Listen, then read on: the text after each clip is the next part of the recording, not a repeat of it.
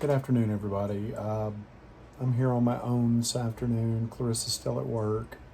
I thought I would get this next secret video out. It's going to be a quick one. Snake Eyes Jay, one of our viewers on YouTube, sent me some new clues for a different location in Charleston. I've got some information pulled up on that. I've touched base with not touched base with another searcher, but pulled up some information about another solve that matches what Snake Eyes Jay is talking about. Thanks for sending that information to us, Snake Eyes. It's very interesting. And this one, the last video about Charleston was in reference to verse number 6, and kind of pointed to that park that we explored in the last video. This one, some people think maybe they're not decided on the verse that may relate to Charleston. So this particular solve relates to verse 5. And verse 5 goes like lane 222. You'll see an arc of lights. Weight and roots extended, together save the sight of granite walls, windswept halls, citadel in the night. A wingless bird ascended, born of ancient dreams of flight. Beneath the only standing member of a forest to the south, white stone closet at 12 paces from the west side, get permission to dig out. What this is thought to refer to is Sullivan's Island in South Carolina. And based on what I've read, some other very smart people that have taken this apart, I'll kind of walk you through the way I understand it. This is Ben Sawyer Boulevard that comes from the mainland, Charleston, and goes out to Sullivan Island. When you reach Sullivan Island, Ben Sawyer Boulevard turns into Station 22.5 Street. Right next to that is Station 22 Street. So, two 22s. That matches up pretty good for me. It also talks about, you'll see an arc of lights. On Sullivan Island, there is the Sullivan Island Lighthouse. It was built in the 1960s, and it is a newer version of a lighthouse. It has a different kind of lighting system in it that will light a complete circle in one shot, and it's a very quick strobe, and then it's off, and then it's on, and then it's off. Very, very bright, makes a halo of light, so that kind of gives me a little bit of a match right there for that. I apologize, Bevo's barking. Somebody obviously is walking down the street or at the front door or something like that, so please bear with me on that. Bevo has to be heard. So anyway, we're going through this. We see the arc of lights. Here's a picture of the lighthouse right here, you can see. When we're talking about the weight and roots extended, together save the sight, this is thought to be some kind of like waxing poetic, some different literary terms to kind of describe what they're talking about. Some people think it relates to cannonballs and cannons and things like that would have saved a particular site. And there is such a particular site on Sullivan Island, and it is called Fort Moultrie. And Fort Moultrie is down here on the end of Sullivan Island, and it is built on granite walls, and that's the next line in here is of granite walls, windswept halls. There are several different archways, entryways, and things like that you can see that go into, that go into the fort there. So you can look at that, and I can see where that would be considered a windswept hall. You can see the Google Earth image of Fort Moultrie right here. And at that, they talk about the next lines here are a wingless bird ascended. And when Fort Moultrie was in operation, Seminole Chief Osceola was taken to Fort Moultrie, and he fell ill and he died there. Up on this screen, I have a picture of him here with a feather in his hat, and it's said to be an ostrich feather, which would definitely talk about a wingless bird. Wingless bird could also refer to a flightless bird. So we're back at it. We're at Fort Moultrie, which you can see here on the Google Earth image. And you may be able to notice right here in front of Fort Moultrie, we were talking about Osceola and how he died while in custody at Fort Moultrie. Well, right here in front of Fort Moultrie is his grave. And this grave is a white obelisk, as you can see right here, right? That kind of ties into a white stone closet. We go back to the wingless bird. Of course, the picture of him shows the ostrich feather. You can see that here.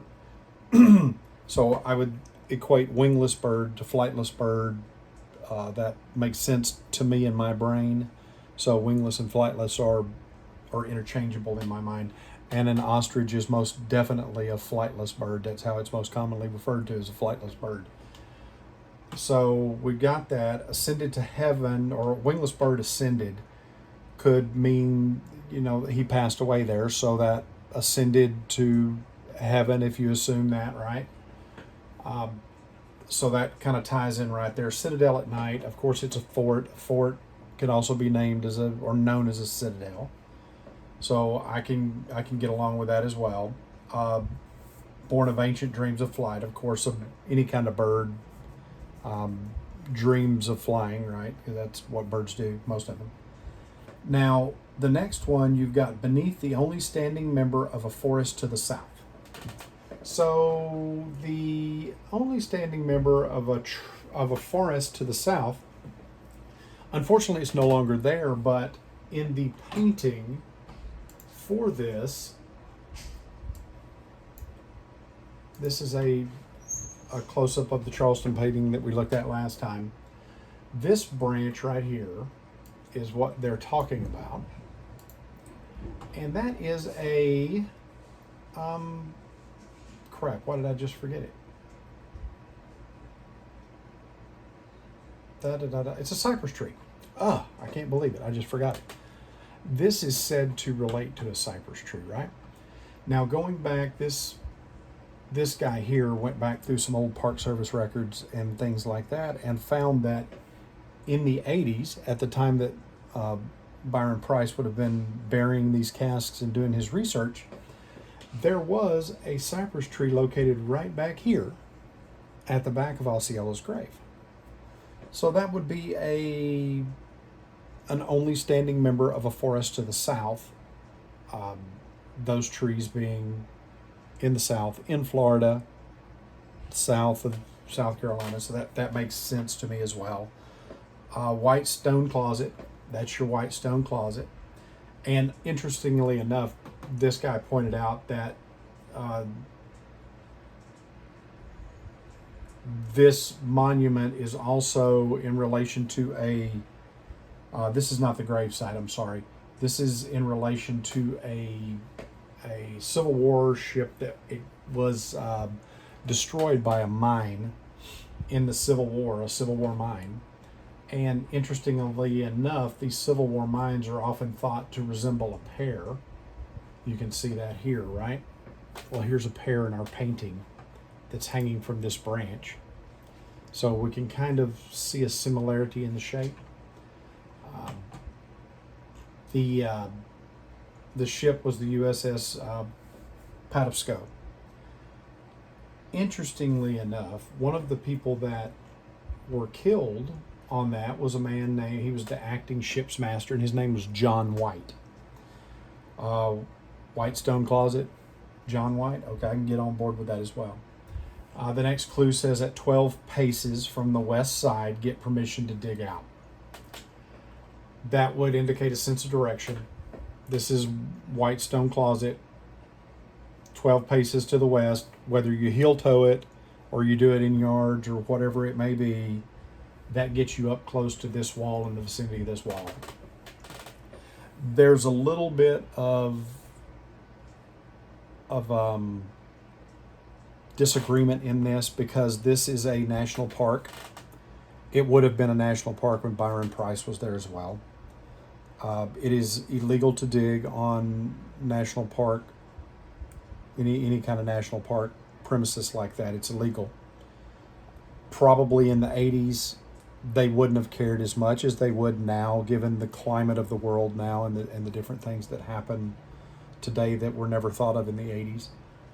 And also anything that's buried there would be property of the National Park Service. So the National Park Service is not, because it's an archaeological site, Civil War relics, any kind of relics from the time, from the beginning of when this fort was built to the present day. If somebody in there is just ham-fisted going through there digging up stuff, they could destroy important archaeological information. So the National Park Service is not granting any ability to dig there now. Metal detectors are not allowed. Probing sticks are not allowed. Ground penetrating radar is not allowed. So this, if the cask is here, which Snake Eyes believes that, this guy believes that, if that's the case, that cask will probably be there for the remainder of the existence of this site. I don't see that the National Park Service is going to let anybody dig there. Maybe if there was a partnership formed between archaeologists at a university that were granted permission to dig by the National Park Service, maybe, because then it could be excavated in the proper way to preserve any archaeological relics that may be there, as well as search for the cask. This verse matches pretty well with this location. I think there's a lot of stuff to point it this direction. Whether I'm on board with this or not, I can't really say. This is my Google Earth doesn't have a whole lot of ground-based views of this, so this is something that you're going to have to put boots on the ground to go look at to determine if this is the place. And it's very interesting. Both of these verses, both of these proposed sites are very, very interesting in this Charleston area, and I definitely want to investigate this further and see if I can figure out which one of these, best makes the deal. I found it really interesting that the two sites that I have researched so far, San Francisco and Charleston, both of them have two completely different locations that are suspected where these casks are buried. And I think the way these verses are written, they are more difficult to pair with a specific location than the paintings are. I mean, we went over the painting, and you can make everything match with the outline of Charleston in the forehead of the mask. Right here, this daisy is said to look like, let me see if I can find a picture of it here. The shape of that daisy looks like the Palmetto Moon state flag of South Carolina. So that right there looks a lot like that. This looks like Fort Sumter, which is right across the inlet from Fort Moultrie. Yeah, I am on board with that. I truly believe that this is Charleston, South Carolina.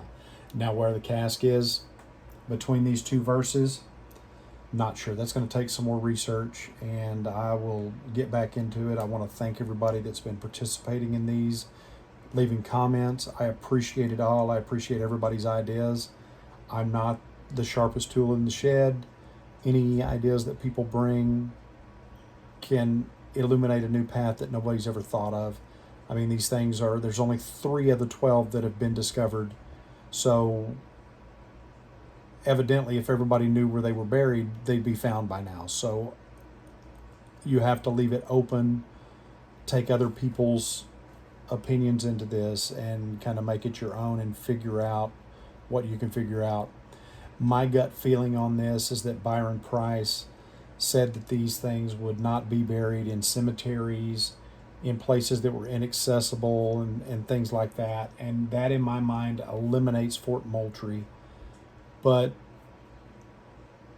I'm far from being an expert, so it could very well be there. I don't know. The last couple of lines talk about after the 12 paces from the west side, get permission to dig out. That I don't know if that's a literal direction or if that's a more poetic license or whatever it may be, but we'll continue digging on this in the background. Anytime we find some more information, anything that can illuminate what we see here, I'll definitely share it with the group, and we'll the next video we'll end up moving on to painting 3 and kind of continue on through these, see if we can get all 12 of these things fleshed out. Got a bunch of other stuff that I'm working on as videos for y'all as well, on a variety of different subjects. So again, thanks everybody for viewing. Thanks everybody for commenting. I really appreciate it and really humbled by that. And thanks everybody for loving my wife and paying attention to her YouTube page as well. She's a funny person, and we talked a long time to try to get her to do it, and I'm glad she finally took the step. So again, thank y'all very much, and peace.